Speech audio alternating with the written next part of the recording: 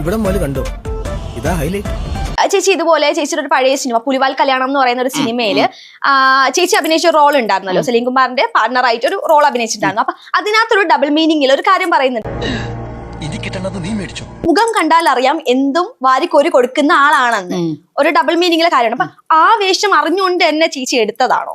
ഞാൻ ചോദിക്കട്ടെ, നിങ്ങൾ ഇതുപോലെയുള്ള കുരിഷ്ട ചോദ്യങ്ങൾ നിങ്ങൾക്ക് വേറെ ഒന്നും ഇല്ലേ? ഒരു മരുമാലങ്കൾ വർത്താനം പറയല്ലേ? അതൊന്നും എനിക്കറിയാൻ മേല. ഇങ്ങനെ എന്തെങ്കിലുമൊക്കെ പറയുമ്പോഴേ എന്റെ മനസ്സിനൊരു സന്തോഷം ഉണ്ടാവുള്ളൂ. ഞാൻ എന്റെ സന്തോഷം നോക്കിയാ പോരെ. സിനിമ എന്ന് പറയുന്നത് അഭിനയമല്ലേ? എത്ര ആൾക്കാർ എന്തൊക്കെ റോൾ അഭിനയിക്കുന്നുണ്ട്. ഞാൻ അവിടെ പോകുന്നു, അഭിനയിക്കുന്നു, എന്റെ ജോലി ചെയ്യുന്നു, ഞാൻ പോരുന്നു. പിന്നെ അതിനകത്ത് മീനിങ് നോക്കി ഇന്റർവ്യൂ എന്നാ പിന്നെ മിണ്ടരുതല്ലോ നമ്മള്.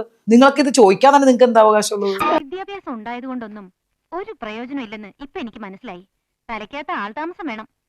ഒരു കുടുംബിനി എന്ന നിലയിൽ നല്ല നാടനായിട്ട് അല്ലെങ്കിൽ കുടുംബമായിട്ട് നല്ല രീതിക്ക് അന്തസ്സായിട്ട് ജീവിക്കുന്ന ഒരാളാണ്. അപ്പം ചേച്ചി അങ്ങനെ ജീവിച്ചിട്ട് അങ്ങനെയൊക്കെ പറഞ്ഞിട്ട് അത്തരത്തിലുള്ള ഡബിൾ മീനിങ് അല്ലെങ്കിൽ അത്തരത്തിലുള്ള റോള് ചെയ്യുമ്പോൾ ചേച്ചിക്ക് ഇതുമായിട്ട് യോജിപ്പ് ചെയ്യാൻ പറ്റും? കുറച്ചുകൂടെ മാന്യതയോടെ സംസാരിക്കണം. ഞാനൊരു സെലിബ്രിറ്റിയാണ്, അത് ഓർമ്മ വേണം. ഇതിന് നേരത്തെ ഒരു ഇന്റർവ്യൂവിൽ ഞാൻ ഒരു പയ്യന് ഒരു നല്ല മറുപടി കൊടുത്തിട്ടുണ്ടായിരുന്നു.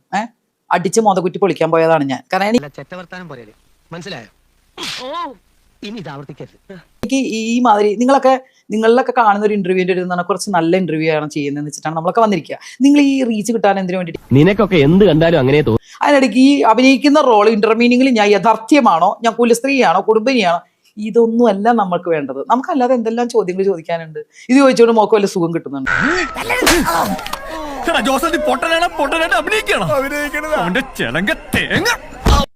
എന്താ റിയൽ ചോദ്യം? എടോ അഭിനയം ഞാൻ പറഞ്ഞ താൻ ഇവിടെ നിന്ന് ഇന്റർവ്യൂ ചെയ്യുന്നുണ്ട്, താൻ വീട്ടിൽ പോയി ദിവസം ഇന്റർവ്യൂ ചെയ്തോണ്ടിരിക്കുകയാണ്. ആൾക്കാരോടൊക്കെ ഇങ്ങനെയാണോ സംസാരിക്കണേ? അല്ല. അപ്പൊ അത്രേ ഉള്ളൂ. അവന്റെ സമനില തെറ്റിയിരിക്കുക പാവം.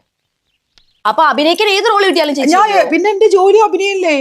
പിന്നെ അതേപോലെ ഷക്കീല അവരൊക്കെ അഭിനയിക്കുന്ന റോൾ റോൾ കിട്ടിയാൽ ചേച്ചി ഞാൻ എന്റെ ഇഷ്ടമല്ല. നിനക്കതൊക്കെ എങ്ങനെയാ സാധിക്കുന്നത്? എനിക്ക് അങ്ങനത്തെ റോള് കിട്ടി അഭിനയിക്കേണ്ട രീതി ചിലപ്പോൾ അതിൽ വന്നു കഴിഞ്ഞാൽ ആ നല്ല റോള് വേറെ ഞാൻ ചെയ്തിരിക്കും.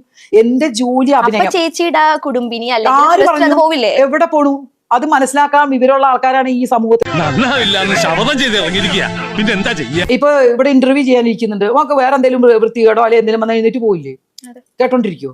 ഒരാൾ ഇവിടെ വന്നിരുന്ന് ഇന്റർവ്യൂവിന് ഒരാണ് വന്നിരിക്കുക, ഞാൻ തിരിച്ചു ചോദിക്കുക, ഒരാണ് ഇവിടെ വന്നിരിക്കുമ്പോ ആ ആണ് മോശമായിട്ട് നിന്റെ മുഖത്തോക്കി മോളുടെ മുഖത്തേക്ക് വല്ലതും കാണിച്ച് എന്ത് ചെയ്യും?